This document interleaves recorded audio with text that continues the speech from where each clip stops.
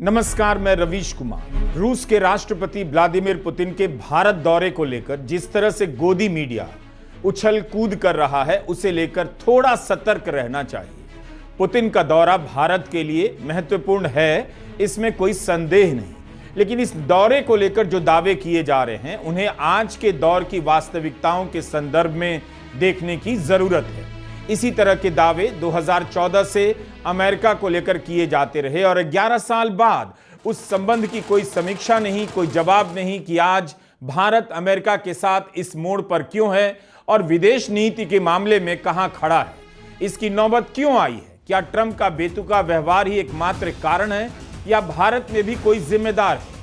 इन सब पर चुप्पी साध ली गई है। उसकी जगह रूस किया जाने लगा है। पुतिन भारत आते हैं तो गोदी मीडिया 100 बांस ऊपर जाकर उछलने लगता है।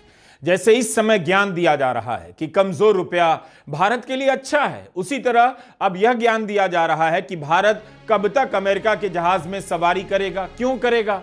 उसे अलग अलग देशों के साथ अपने संबंध रखने का, बेहतर करने का अधिकार है और यही आज की दुनिया की सच्चाई और दस्तूर है। दो ध्रुवीय और बहुध्रुवीय विश्व की बात की जाने लगी है। इसमें बदलाव की बात हो रही है। दुनिया पहले भी बहुध्रुवीय रह चुकी है, फिर से हो रही है, तो बहुध्रुवीय होना कोई नया ट्रेंड तो नहीं। किसी को बताना चाहिए कि भारत की तरफ से बहुध्रुवीय संबंधों की तैयारी इसी साल क्यों नजर आ रही है। सोशल मीडिया और गोदी मीडिया में पुतिन के दौरे को लेकर तरह तरह के दावे हो रहे हैं। उन्हें समेटकर आपके लिए वीडियो बनाना आसान नहीं, फिर भी हमने एक कोशिश की है। हम नहीं कह रहे सोशल मीडिया में जो दावे किए जा रहे हैं सारे के सारे बेकार ही हैं, अर्थहीन हैं, लेकिन प्रधानमंत्री मोदी की विदेश नीति जिस चमक दमक और ढोल तमाशे की हो चुकी है, रिजल्ट निकले ना निकले, दौरे का वीडियो प्रोडक्शन ऐसा होता है जैसे कोई सुपरहिट फिल्म बनाकर रिलीज कर दी गई हो। आप एडिटिंग टेबल पर वीडियो शानदार बना सकते हैं, दोनों नेताओं को सुपर पावर और एक दूसरे के बराबर दिखा सकते हैं, म्यूजिक डालकर जोश पैदा कर सकते हैं। जो जानते हैं उन्हें पता है कि विदेश नीति वीडियो प्रोडक्शन नहीं है। वीडियो प्रोडक्शन पर जोर इसलिए होता है कि इसके जरिए हिंदी प्रदेश की जनता को भरमाना आसान होता है। भारत विश्वगुरु हो गया बताया जाने लगता है या दुनिया में भारत का नाम हो गया। वीडियो प्रोडक्शन की सच्चाई जबकि वैसी नहीं होती। किसी ने सही कहा, रूस भारत का दोस्त जरूर है, मगर ध्यान रखना रूस चीन का भाई भी है। इस बार पुतिन के दौरे का कवरेज ट्रंप के दौरे के कवरेज से काफी अलग है। ऐसा माहौल बनाया गया जैसे प्रधानमंत्री मोदी पुतिन के साथ लाइव प्रेस कॉन्फ्रेंस ही करने वाले हैं। अगर कर देंगे तब तो उसी से पता चल जाएगा कि वे इस दौरे से अमेरिका को वाकई कोई गंभीर संदेश देना चाहते हैं या रूस के साथ संबंधों को ठीक करने तक सीमित रहना चाहते हैं। क्या प्रधानमंत्री मोदी इतने बड़े दौरे को लेकर प्रेस कॉन्फ्रेंस करेंगे, सवालों के जवाब देंगे?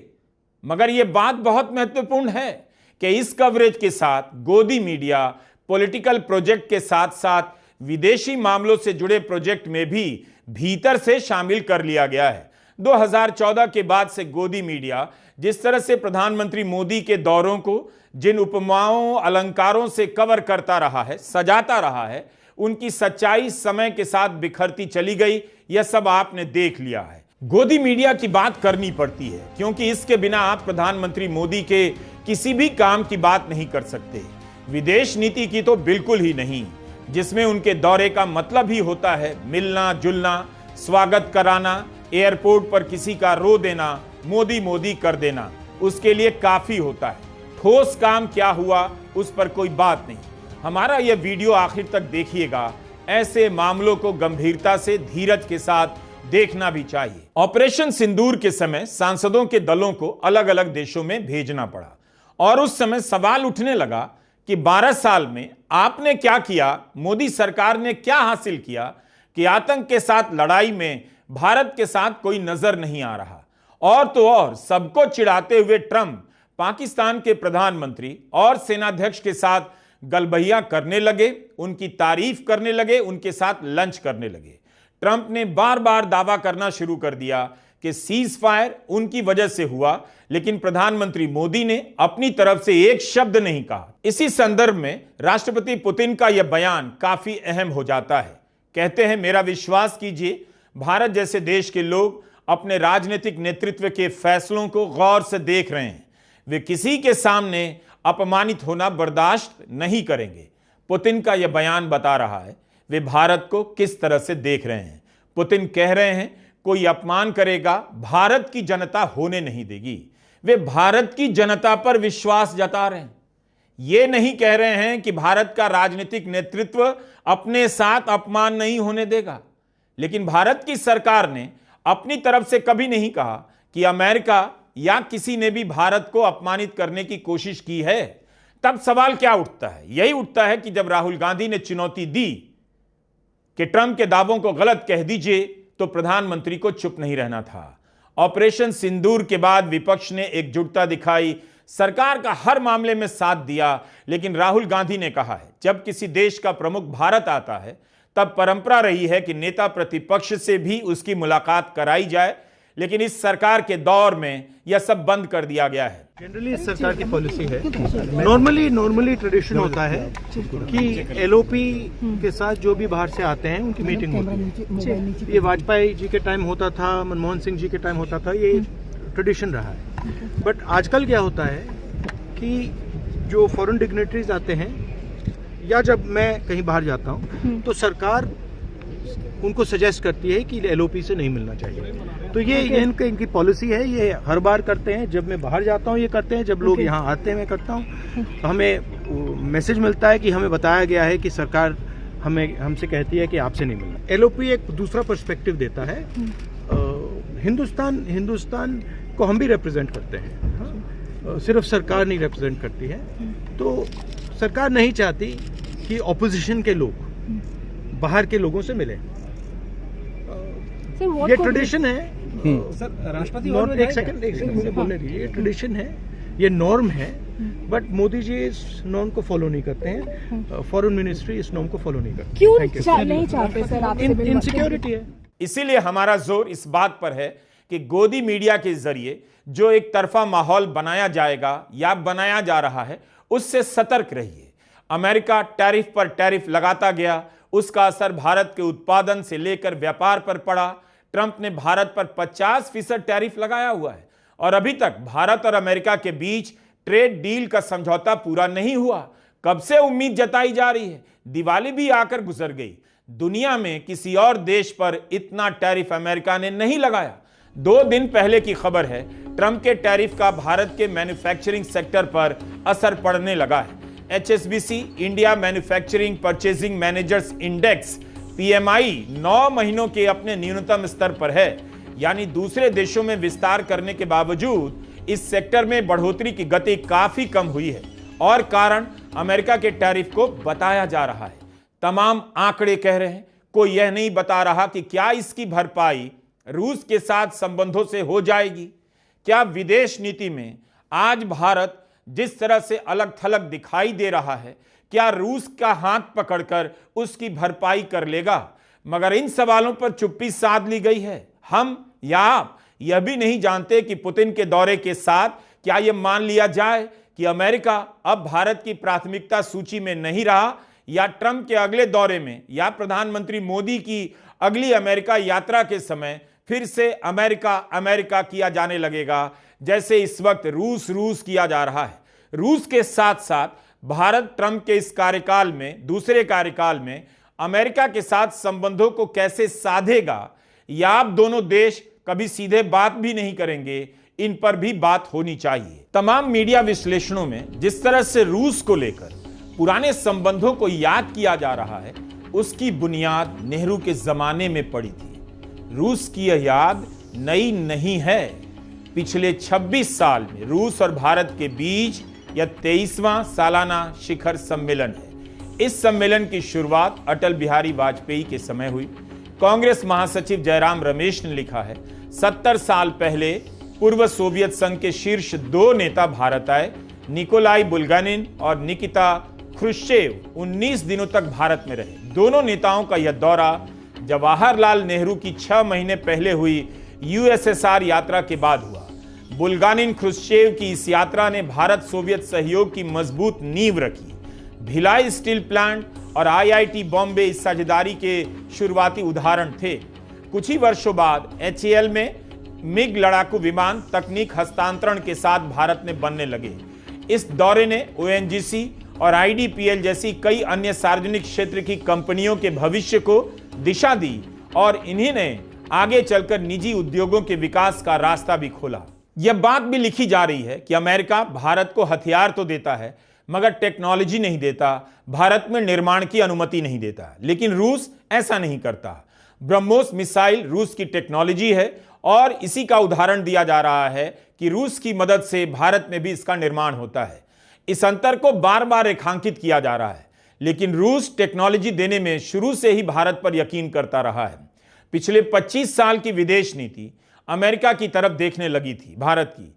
अभी भी आप नहीं कह सकते भारत अमेरिका की छाया साया से निकल रहा है या नहीं, लेकिन यह पढ़ना दिलचस्प है कि इस समय तमाम विश्लेषणों से यही पता चल रहा है भारत अमेरिका की छाया में चला गया था। जैसे उसकी कोई स्वतंत्र नीति नहीं रही, अब उसे खोजा जा रहा है जब वह रूस की तरफ हाथ बढ़ा रहा है। बेशक इसका कारण ट्रंप का विचित्र व्यवहार भी है। दूसरे कार्यकाल में ट्रंप भारत को लेकर आक्रामक बयान देने लगे हैं। देखना होगा पुतिन के दौरे को लेकर ट्रंप और उनके विदेश सचिव मार्को रूबियो का किस तरह का बयान आता है, या शिखर सम्मेलन में पुतिन और मोदी की तरफ से किस तरह के बयान अमेरिका को लेकर जारी होते हैं। क्या रूस और भारत दिल्ली से अमेरिका की टैरिफ और प्रतिबंध नीति पर कोई जवाब देने का प्रयास करेंगे? अमेरिका ने रूस पर प्रतिबंध लगाए हैं, लेकिन रूस से तेल खरीदने के कारण प्रतिबंध का शिकार भारत भी हुआ है, टैरिफ का शिकार भारत भी हुआ है। यह तभी पता चलेगा कि यह जो नया मोर्चा बन रहा है कथित रूप से भारत और रूस का, ट्रंप को चुनौती देने के लिए है या जलाने के लिए है या अपना हिसाब किताब ठीक करने के लिए है। इसीलिए पुतिन के दौरे को लेकर जो ढोल तमाशा हो रहा है उससे हटकर इस दौरे को देखिए और स्वागत भी कीजिए फिर से उन गलतियों को, मगर मत दोहराइए कि ट्रंप की जीत के लिए हवन होने लगा, अहमदाबाद में रैली होने लगी, अमेरिका के टेक्सास जाकर प्रधानमंत्री मोदी अब की बार ट्रंप सरकार का नारा देने लग गए। आप ट्रंप और मोदी की मुलाकातों की रिपोर्टिंग याद कीजिए। गोदी मीडिया ने टीवी के दर्शकों को झाड़ पर चढ़ा दिया, लेकिन जैसे ही संबंध बदले गोदी मीडिया चुप्पी मार गया। हाउडी मोदी के दौरान प्रधानमंत्री मोदी ट्रंप का हाथ पकड़कर घूमने लगे तो क्या क्या नहीं कहा गया, और अब दोनों हाथ भी नहीं मिला रहे। गोदी मीडिया कभी पूछने नहीं गया कि ट्रंप इतना सब कर रहे हैं, भारत खुलकर बोल क्यों नहीं रहा। अगर भारत की रणनीति ट्रंप को नजरअंदाज करने की है तो उससे बात बनती नहीं लगती, क्योंकि इससे एक मतलब यह भी निकलता है भारत जवाब नहीं दे पा रहा है। इसीलिए पुतिन की यात्रा को लेकर एक दर्शक के रूप में आप ठगे ना जाएं। आगे चलकर ट्रंप जैसा हाल ना हो जाए, यह आपकी भी जिम्मेदारी है। ऐसा बिल्कुल नहीं होने जा रहा है कि भारत अपने संबंधों की किताब से अमेरिका का नाम हमेशा के लिए मिटा देगा और चीन के साथ नो लिमिट दोस्ती का समझौता करने वाला रूस अपने संबंधों की किताब से चीन को हटाकर भारत का नाम सबसे ऊपर लिख देगा। पुतिन के दौरे के एक सप्ताह पहले भारत में तैनात फ्रांस, जर्मनी और ब्रिटेन के राजदूतों ने टाइम्स ऑफ इंडिया में एक साझा लेख लिखा और पुतिन पर आरोप लगाया कि वे यूक्रेन से जुड़ी शांति वार्ता को टाल रहे हैं, युद्ध नहीं रोक रहे। इसे इस तरह देखा गया कि यूरोप के 3 बड़े देश भारत की निंदा कर रहे हैं कि पुतिन यहां क्यों आ रहे हैं। भारत ने भी अपनी तरफ से इस पर ठंडी आपत्ति जताई। केवल सूत्रों के हवाले से कहा गया, अजीब घटना है, कूटनीतिक प्रक्रिया में किसी तीसरे देश के साथ रिश्तों को लेकर सार्वजनिक रूप से सुझाव नहीं दिए जाते। हमने इस बात को नोट किया है, भारत ने कहा सूत्रों के हवाले से, मगर विदेश मंत्रालय की ओर से तीनों राजदूतों को किसी प्रकार का नोटिस नहीं भेजा गया। लेकिन भारत में रूस के राजदूत डेनिस एलिपोव ने भी उसी टाइम्स ऑफ इंडिया में लिखा कि यूक्रेन और रूस के टकराव के बारे में यह जो लेख लिखा गया है भारत की जनता को भ्रमित करने का प्रयास है। इसीलिए यह जरूरी है कि इस मामले में रिकॉर्ड ठीक किया जाए। उन्होंने अपने लेख का नाम ही यह रखा है कि यूरोप द्वारा की गई 4 चालबाजियों के कारण शांति स्थापित नहीं हो पा रही। यूरोप के कारण रूस को इस युद्ध में उतरना पड़ा, नहीं तो वह कभी नहीं चाहता था बात यहां तक पहुंचे। अमेरिका और नेटो ने यूक्रेन को रूस के सामने खड़ा करने की कोशिश की और अब युद्ध पर आंसू बहा रहा है। यह रूस का पक्ष है, मगर यूरोप मानता है रूस ने ही अपनी तरफ से पहले हमला किया और अब युद्ध खत्म करने की बात से पीछे हट रहा है। भारत की ठंडी आपत्ति पर भी जर्मनी ने जवाब दे दिया। जर्मनी के विदेश मंत्रालय के प्रवक्ता ने कहा कि हमने दखल नहीं दी है, बल्कि अपनी स्थिति साफ की है। हम यहां जर्मनी की नीति का प्रतिनिधित्व करते हैं और हम अपने राजदूत की राय के साथ खड़े हैं। तो यह एक बैकग्राउंड है जिससे पता चलता है यूरोप पुतिन के भारत दौरे को लेकर कैसे देख रहा है। आपने नोट किया होगा, भारत ने यूरोप के 3 राजदूतों के लेख पर ज्यादा बढ़ चढ़कर नहीं बोला, क्योंकि अगले कुछ महीनों में यूरोप के कई बड़े नेता भारत आने वाले हैं। जर्मनी के चांसलर भी इनमें शामिल हैं। जिस गंभीरता और आक्रामकता के साथ रूस यूरोप को ललकारता है, क्या भारत यूरोप को ललकार सकता है? रूस यूरोप और नेटो के दोहरेपन को उजागर करने का कोई मौका नहीं छोड़ता।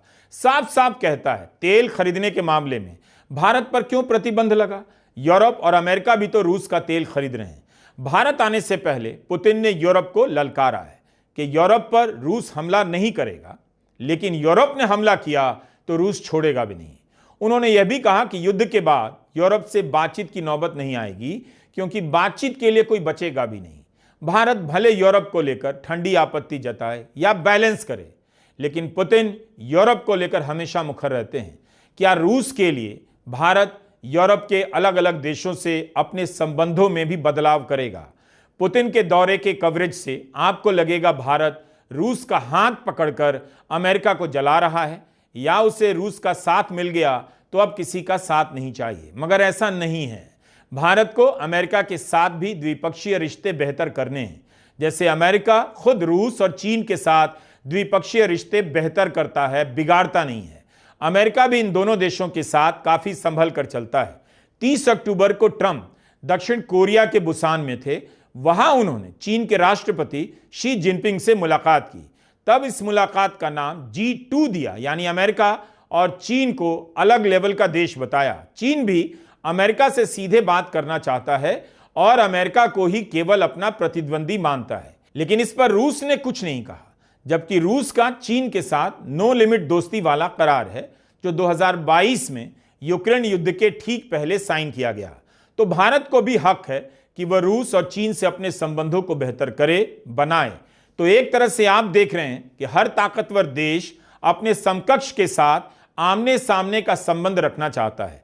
इससे तीसरे देश के साथ संबंध प्रभावित नहीं होते। कागज पे कम से कम ऐसा कहा जाता है, मगर होता नहीं। भारत के केस में अगर चीन के साथ तकरार हुआ तो रूस किसका साथ देगा, यह खुला प्रश्न है। बल्कि इस प्रश्न के साथ रूस को देखेंगे तो आप उसी उलझन के शिकार होंगे कि पाकिस्तान के साथ कुछ होने पर अमेरिका किसका साथ देगा, भारत का या पाकिस्तान का?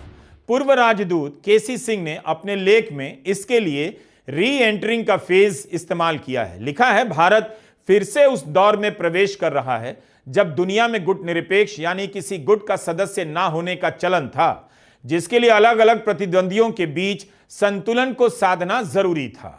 पूर्व राजदूत केसी सिंह ने नेहरू का नाम नहीं लिया, लेकिन गुट निरपेक्ष नीति को नेहरू के नाम से ही जाना जाता है। हर मामले में खुद को नेहरू से अलग दिखाने की जिद पर चलने वाले प्रधानमंत्री मोदी गुट निरपेक्ष की नीति को भले बहुध्रुवीय विश्व की जरूरत का नाम दे दें, लेकिन उन्हें इसकी कोशिश तो करनी ही चाहिए कि गुट निरपेक्ष भी रहें और नेहरू भी ना लगें। वैसे अब गुट निरपेक्ष देशों का सम्मेलन तो कब से ही बंद हो गया है। अगर ट्रंप भारत के साथ विचित्र व्यवहार नहीं करते, प्रधानमंत्री मोदी के साथ तकरार नहीं होता, तब क्या इस तरह के विश्लेषण की नौबत आती? ट्रंप के दूसरे कार्यकाल से पहले भारत की विदेश नीति तो एक तरफा अमेरिका मुखी बताई जा रही थी। तो अब बताना चाहिए कि क्या इस वक्त भारत इतनी मजबूत स्थिति में है कि वह ट्रंप को झटक कर रूस पर विश्वास कर ले, जिसका चीन के साथ गहरा रिश्ता है। पुतिन और शी जिनपिंग इस साल 2 बार मिल चुके हैं। मई में दोनों की 7 घंटे की बैठक हुई। सितंबर की मुलाकात में 22 समझौते फाइनल हुए। दोनों ने दर्जनों समझौतों पर दस्तखत किए। अमेरिका चीन का दोस्त नहीं, लेकिन चीन से दोस्ती बना कर रखता है। रूस चीन का गहरा दोस्त है और भारत चीन पर संदेह करता है। यही नहीं, रूस ने चीन के नागरिकों के लिए 2026 तक के लिए वीजा फ्री कर दिया है। पर्यटन या बिजनेस के लिए चीन के नागरिक बिना वीजा के ही रूस जा सकेंगे और रूस के नागरिक चीन। इस लेवल का विश्वास दोनों देशों के बीच है। ग्लोबल राजनीति में पुतिन की मौजूदगी अलग ध्रुव की तरह नजर आती है। यूक्रेन युद्ध को लेकर अभी तक किसी के दबाव में नहीं आए। नेटो और यूरोप सब पुतिन से भयभीत नजर आते हैं। ट्रंप के बयानों पर भी पुतिन खुद जवाब देते हैं और मिलने से भी नहीं कतराते। इसी साल अगस्त में अमेरिका के अलास्का में पुतिन और ट्रंप की मुलाकात हुई। पुतिन को रेड कारपेट वेलकम दी गई। कहा गया यह पुतिन की जीत थी। बातचीत के बाद अमेरिका द्वारा बनाए गए शांति समझौते के मसौदे में लिखा गया यूक्रेन को अपनी जमीन का कुछ हिस्सा रूस को देना होगा। पुतिन तब भी दबाव में नहीं आए और सारे आरोपों के जवाब खुद भी देते रहे, मगर प्रधानमंत्री मोदी चुप रह जाते हैं। अमेरिकी सरकार के प्रवक्ता भारत पर रूस के युद्ध को फंड करने का सीधा आरोप लगा चुके हैं। भारत ने रूस से तेल खरीदना काफी कम कर दिया है। ये सब खबरें भी सूत्रों के हवाले से भारत में छपती हैं। जबकि कितनी बार हो गया कि जिस सम्मेलन में ट्रंप आने वाले हैं, प्रधानमंत्री मोदी किसी बहाने कार्यक्रम बदल देते हैं, नहीं जाते हैं। इस पर हमने अलग से एक वीडियो बनाया है, उसे देखिएगा। भारत रूस के साथ व्यापार में जबरदस्त घाटे का सामना कर रहा है। वह तेल का ही आयात करता है और बदले में रूस भारत से कम सामान खरीदता है। पिछले साल भारत और रूस के बीच आपसी व्यापार 68 अरब डॉलर से अधिक का हो गया। इसमें भी बड़ा हिस्सा तेल की खरीद का है, लेकिन अमेरिका के टैरिफ के बाद तेल की खरीद में तेजी से कमी आने लगी है, जबकि रूस भारत को तेल पर पहले से भी ज्यादा छूट दे रहा है। अब कहा जा रहा है पुतिन के दौरे के बाद 2030 तक दोनों देशों के बीच जो व्यापार है 100 अरब डॉलर तक चला जाएगा। द हिंदू की पत्रकार सुहासिनी हैदर ने सवाल किया है, तेल की खरीद कम करने पर 100 अरब डॉलर का आपसी व्यापार कैसे हो जाएगा? दोनों देशों के बीच व्यापार का बड़ा हिस्सा तेल ही है। 2018 में जब भारत ने ईरान और वेनेजुएला से तेल खरीदना बंद किया, तब इसके पीछे अमेरिका का ही दबाव बताया गया। अमेरिका के दबाव में अब रूस से तेल नहीं खरीदेंगे, सस्ता मिल रहा है तब भी नहीं खरीदेंगे। फिर भी भारत और रूस की दोस्ती में नया दौर आएगा, इसे होते हुए देखना दिलचस्प होगा। हमने 16 अक्टूबर के अपने एपिसोड में उनका यह बयान आपको सुनाया था, जिसमें पुतिन कह रहे हैं भारत ने अगर रूस के तेल को मना किया तो भी उसे नुकसान होगा, और अमेरिका के टैरिफ लगने से नुकसान तो हो ही रहा है। So for the United States, the benefit is not obvious, and for the countries against which the threat was voiced, like for India, if India stops buying our energy, damage will be inflicted upon them, like to $9 to $10 billion if they decline to buy energy from us. If not, high duties will be imposed on them. इस दौरे को लेकर भारत की media में भारत के नजरिए से ही बात होगी, स्वाभाविक है। लेकिन पुतिन भी तो कुछ चाहते होंगे। उन्होंने भारत की तरफ हाथ बढ़ाया है। मूल बात है भारत के जवानों को झांसा देकर रूस की सेना में कैसे भर्ती किया जा रहा है। क्या भारत इसका सवाल करेगा? रूस की सेना में फंसे परिवार के लोग प्रदर्शन करते रहते हैं, मगर उनकी कहीं कोई सुनवाई नहीं होती। लोकसभा में राष्ट्रीय लोकतांत्रिक पार्टी के सांसद हनुमान बेनीवाल ने रूस की सेना में काम कर रहे 61 भारतीयों की वापसी का मुद्दा उठाया है। मीडिया में आपको इसकी चिंता नहीं दिखेगी, बस केवल तमाशा और आसमानी दावा दिखेगा। हमारे राजस्थान से अजय कुमार, संदीप सुंडा, मनोज सिंह शेखावत, माइक प्रसाद कर्मचारी, अन्य राज्यों के कुल 61 युवक पिछले कई महीनों से रूस यूक्रेन युद्ध में जबरन सैन्य गतिविधियों में लगाए गए हैं। 3 से 4 महीनों से उनका अपने परिवार से कोई संपर्क नहीं हुआ। परिजनों की स्थिति अत्यंत नाजुक है। कई माता पिता अस्पताल में, मानसिक तनाव और भय की स्थिति चरम पर है। सर्वोच्च मंत्री जी से हमने कई बार आग्रह किया। इन परिवारों ने 3 नवंबर और 1 दिसंबर को दिल्ली स्थित जंतर मंतर पर धरना देकर अपनी पीड़ा और चिंता सरकार तक पहुंचाई है। इस विषय की सूचना मेरे द्वारा भी विदेश मंत्री जी को 2 बार दी जा चुकी है। वर्तमान में आवश्यक है कि इन भारतीयों की सुरक्षा सुनिश्चित की जाए और रूस सरकार से तत्काल वार्ता कर इन्हें युद्ध क्षेत्र से सुरक्षित बाहर निकालकर स्वदेश वापसी की ठोस पहल की जाए। पिछले महीने की खबर है कि विदेश मंत्रालय ने कहा था कि यह मामला रूस के साथ उठाया गया है। वह अपनी सेना में भारतीय युवाओं की नियुक्ति बंद करे। लंबे समय से युद्ध में रहने के कारण रूस में मजदूरों की कमी हो गई है। इसी तरह की कमी तब भी बताई गई जब इसराइल ने गजा पर अंतहीन हमला शुरू किया। तब इसराइल के साथ भी भारत ने इसी तरह का करार किया। 5 दिसंबर को India Russia labour mobility agreement launch होगा। द हिंदू की पत्रकार सुहासिनी लिखती हैं, इसे पुतिन के दौरे का केंद्र बिंदु माना जा रहा है। भारत के स्किल्ड और सेमी स्किल्ड कामगारों के लिए यह एक नया रास्ता खोल सकता है, खासकर तब जब अन्य पश्चिमी मार्केट प्रवास को लेकर, इमिग्रेशन को लेकर नियम कड़े कर रहे हैं। इसके अलावा RELOS समझौता भी है, जो इस साल 18 फरवरी को भारत और रूस के बीच हुआ। पिछले हफ्ते रूसी प्रधानमंत्री मिखाइल मिशुस्तिन ने इसे संसद में मंजूरी के लिए भेजा। इस समझौते के बाद भारत ऐसा पहला देश बन जाएगा जिसका अमेरिका और रूस के साथ सैन्य इंफ्रास्ट्रक्चर साझा करने का समझौता होगा। रूस की संसद ड्यूमा में पास होने के बाद दिल्ली आने से पहले पुतिन ने इसे मंजूरी दे दी है। इस समझौते के बाद 5 युद्धपोत, 10 एयरक्राफ्ट और 3000 टुकड़ियां दोनों देश एक दूसरे की जमीन पर तैनात कर सकेंगे। 5 साल के लिए यह करार हुआ है और अगले 5 साल के लिए बढ़ाया जा सकता है। यही नहीं, ईंधन वगैरह की आपूर्ति के लिए दोनों देश एक दूसरे के ठिकानों का इस्तेमाल करेंगे। दोनों देश मिलकर साझा सैनिक अभ्यास करेंगे। आपदा के समय एक दूसरे को लॉजिस्टिक सपोर्ट देंगे। दोनों ही देश एक दूसरे की वायु सीमा, बंदरगाहों का उपयोग कर पाएंगे। लेकिन इस समझौते के तहत जंग या किसी सैन्य संघर्ष के दौरान मिलिट्री बेस का इस्तेमाल करने की इजाजत नहीं है। यह सिर्फ लॉजिस्टिक सपोर्ट और पीस टाइम मिलिट्री कोऑपरेशन के लिए है। ऑपरेशन सिंदूर के बाद पाकिस्तान और सऊदी अरब के बीच एक समझौता हुआ। उस समझौते में यही था कि अगर पाकिस्तान पर हमला हुआ तो सऊदी अरब भी अपने ऊपर हमला मानेगा।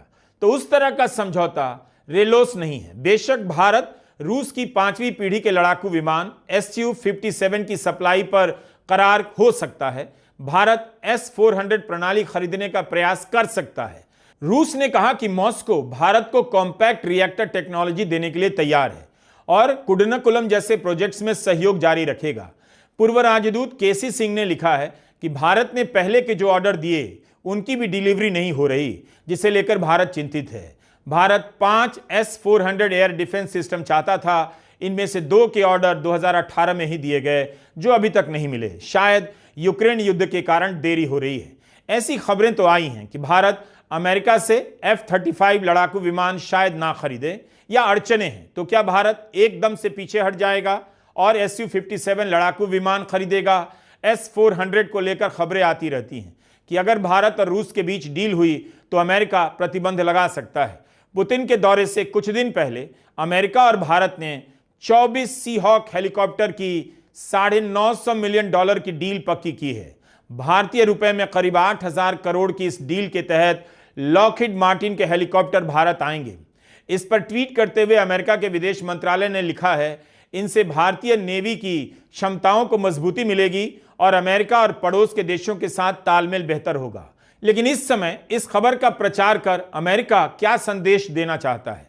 क्या यही कि वो भी भारत के साथ डील कर रहा है? रूस की डील से पहले उसने भारत के साथ हेलीकॉप्टर की डील कर ली है। यह सब सवाल हैं जिन पर अलग से बात हो सकती है। जब होगी तो नजर रखिएगा।